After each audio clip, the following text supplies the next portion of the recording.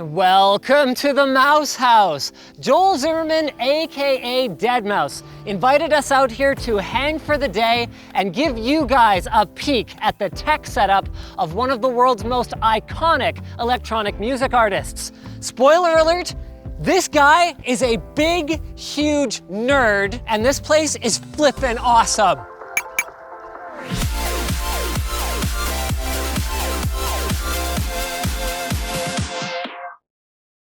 Okay, now I know everybody else setting foot into this castle would start with the, taxidermy room. Sorry. With, I don't know, the taxidermy room, or maybe the garage of supercars, but not me.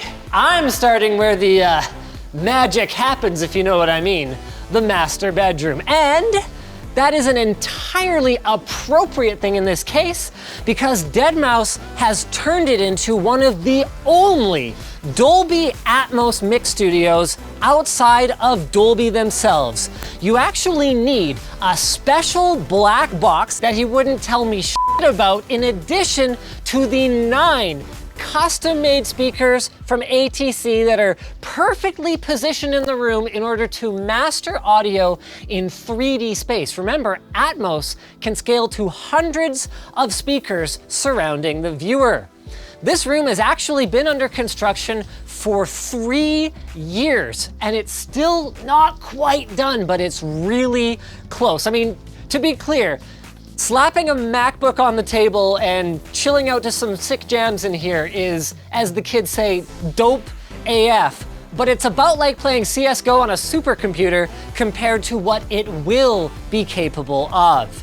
And this is really cool. So this entire room is actually suspended from what used to be a vaulted ceiling. This was done for a couple of reasons. Number 1, for improved acoustics, and number 2, so that with access panels under the floor, the 800 cables for these patch panels here, or the bang-in, optical DisplayPort cables for the monitors that are gonna be installed here can all be run without disturbing the room's otherwise pristine aesthetic. And the gear in here is freaking unreal. So the Neve analog console in the center here would run you about $500,000 as configured.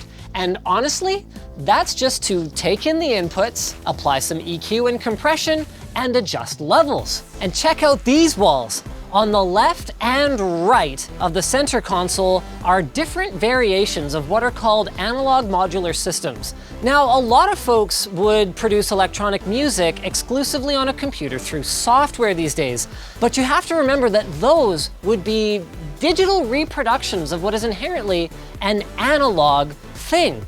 So this wall here is the culmination of over 5 years of curating and collecting tone generators, sequencers, filters, I mean, you name it. This one's called the Modulation Orgy. How can you not get one of them?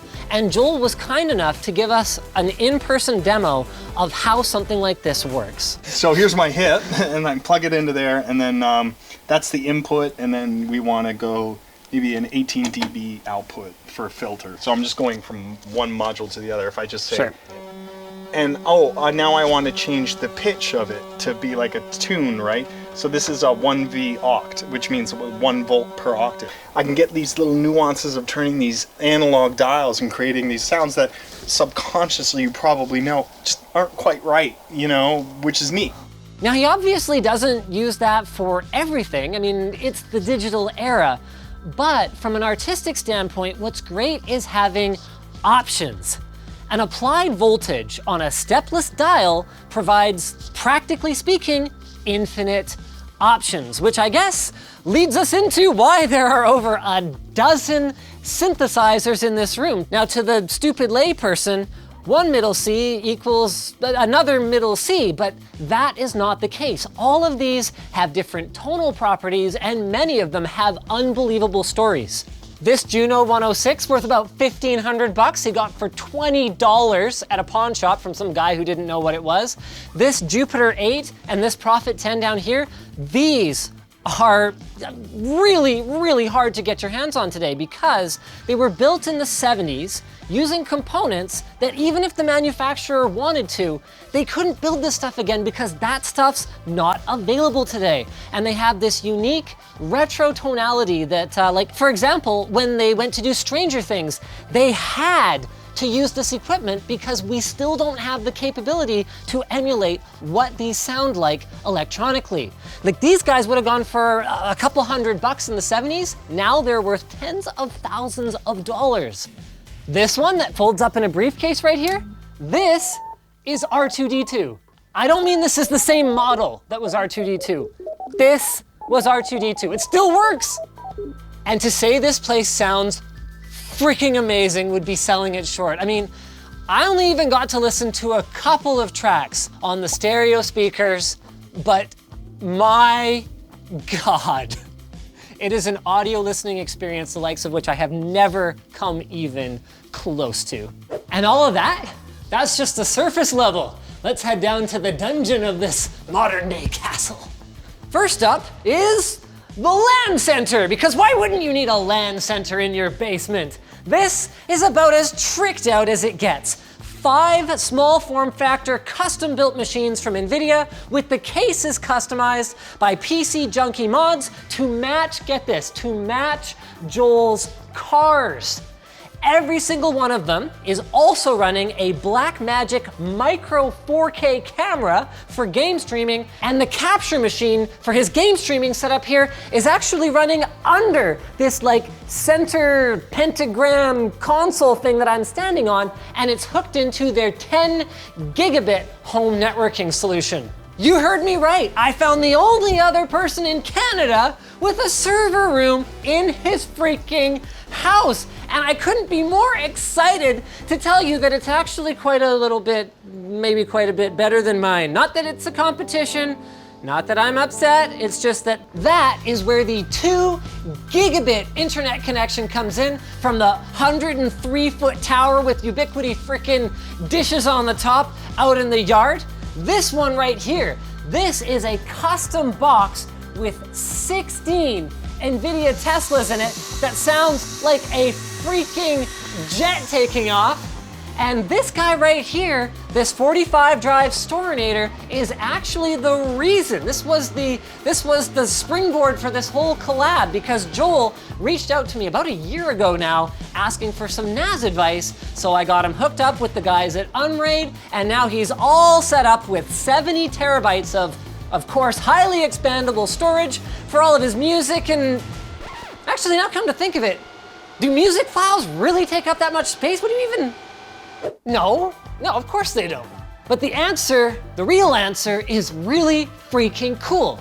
Now I have to confess, I never really gave a lot of thought to, well, how do the graphics on the cube or the helmet sync with the music? I just assumed that it was farmed out to some expensive Hollywood production house and that it was just kind of done by magic.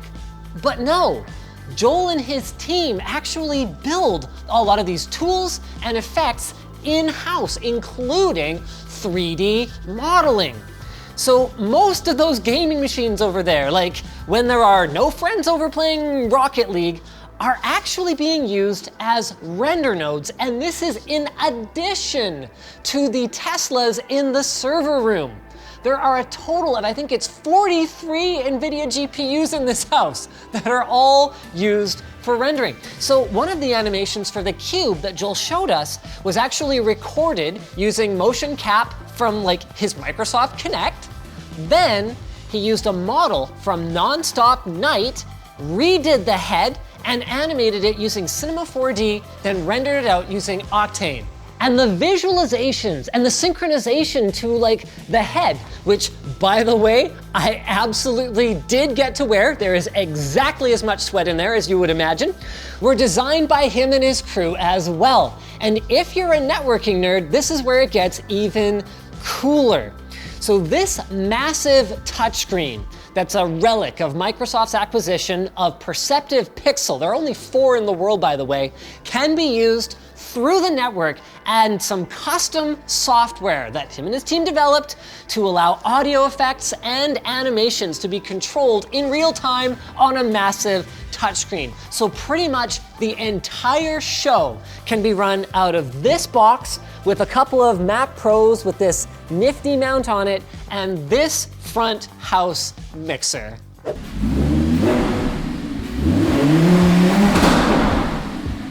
Well, I hope that this whole thing has been at least 30% as fun for you guys as it has been for me, because that means it's been pretty fucking fun. Thank you to you guys for watching. Thank you so much to, oh, he's standing out in the driveway over there, but he's waving. I definitely had permission to do all of this. Thanks to Joel for allowing us to hang out here for the day, and I guess that's pretty much it. If you like this video, hit that like button. If you really liked it, get subscribed. Maybe consider checking out our merch store, which has cool shirts like this one, and our community forum, which you should totally join.